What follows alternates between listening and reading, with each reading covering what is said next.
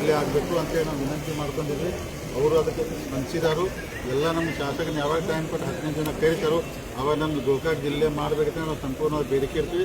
ಆದಷ್ಟು ಬೇಗನೆ ಗೋಕಾಕ್ ಜಿಲ್ಲಾ ರಚನೆ ಆಗ್ತೈತೆ ಒಂದು ಆಶಯದಿಂದ ಇವತ್ತು ನಾವು ಹೋಗ್ತಾ ಇದ್ದೀವಿ. ಸರ್, ಎಷ್ಟು ಜಿಲ್ಲೆ ಆಗ್ಬೇಕಂತೇಳಿ ಅಲ್ಲ, ಈಗ ನಾವು ಗೋಕಾಕ್ ಜಿಲ್ಲೆ ಆಗ್ಬೇಕಂತ ಹೇಳ್ತೇವೆ. ಯಾಕಂದರೆ ಮೊದಲು ಏನು ನಮ್ಮ ರಾಜ್ಯ ಸರ್ಕಾರಕ್ಕೆ ಆಯೋಗ ರಚನೆ ಮಾಡಿದ್ರು, ಆಯೋಗ ಮುಖಾಂತರ ಗೋಕಾಕು ಚಿಕ್ಕೋಡಿ ಆದ್ರೆ ಸೂಕ್ತ ಅಂತೇಳಿ ಆಯೋಗ ಎಲ್ಲ ವರದಿ ಕೊಟ್ಟಿದ್ದಾರೆ ಅಂದರೆ ರಾಜ್ಯ ಸರ್ಕಾರಕ್ಕೆ.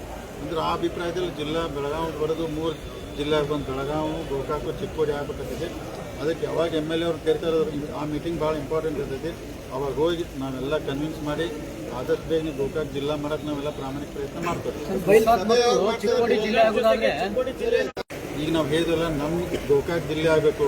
ಈಗ ಬೇರೆ ಬೇರೆ ಬೇಡಿಕೆ ಅದಾವೆ, ನೀವು ಯಾಕೆ ಬೇಡ್ತೀರ ಅಂತ ನಾವು ಕೇಳಕ್ಕೆ ನಮಗೆ ಬರೋದಿಲ್ಲ. ಅವ್ರ ಹಕ್ಕದು. ಯಾಕಂದ್ರೆ ಬೈಲೊಂಗದವ್ರು ಕೇಳ್ತಾರೆ, ಚಿಕ್ಕೋಡಿಯವ್ರು ಕೇಳ್ತಾರೆ, ಅವ್ರ ಹಕ್ಕದು ಅವ್ರು ಕೇಳ್ಬೋದು.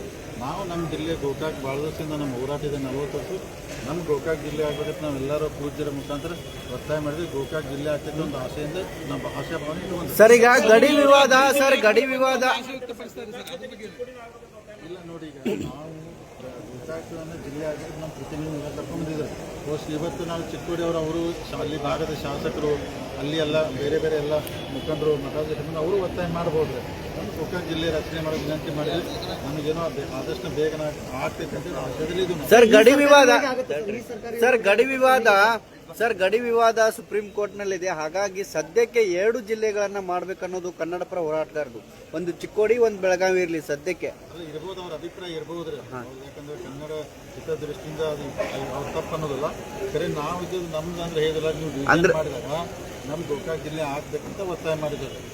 ನಿರಂತರವಾಗಿ MS ನವರು, ಶಿವಸೇನವರು ಪುಂಡಾಟವನ್ನ ಮಾಡ್ತಿದ್ದಾರೆ. ಜೊತೆಗೆ ಗಡಿ ವಿಚಾರಗಳನ್ನ ಇಟ್ಕೊಂಡು ಪದೇ ಪದೇ ಖ್ಯಾತೆ ತೆಗಿತಾ ಇದ್ದಾರೆ. ಮತ್ತು ಜೊತೆಗೆ ವಿಭಜನೆ ಆದ್ರೆ ಅವ್ರ ಕೈಗೆ ಸಿಗುತ್ತೆ ಅನ್ನೋದು. ಇಲ್ಲ, ಖಂಡಿತ ಆ ಥರ ಏನು ಆಗೋದಿಲ್ಲ. ಯಾಕಂದ್ರೆ ನೋಡ್ರಿ, ಕನ್ನಡ ಮಾತಾಡೋ ಭಾಷೆ ಜನ ಭಾಳ ಇದ್ದಾರೆ ಬೆಳಗಾವಿ ಜಿಲ್ಲೆಯಲ್ಲಿ.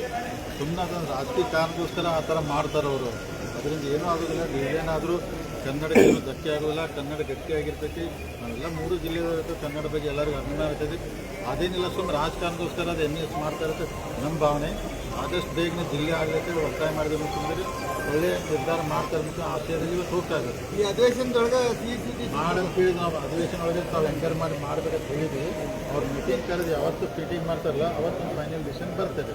ಎಲ್ಲರಿಗೂ ಧನ್ಯವಾದ. ನಾಳೆ BJP ಹೋರಾಟ ನಾಳೆದು ಇದಿಲ್ಲ. ನಾವು 2025 ಒಂದು ವಿಧಾನಸೌಧ ಮುತ್ತಿಗೆ ಆಗಬೇಕು ಮಾಡಿದ್ದೀವಿ. ದೊಡ್ಡ ಪ್ರಮಾಣದ ಸಭೆ ಮಾಡ್ತೀವಿ. ನಾಳೆ 10 ಗಂಟೆಗಿದೆ ದೊಡ್ಡ ಪ್ರಮಾಣ.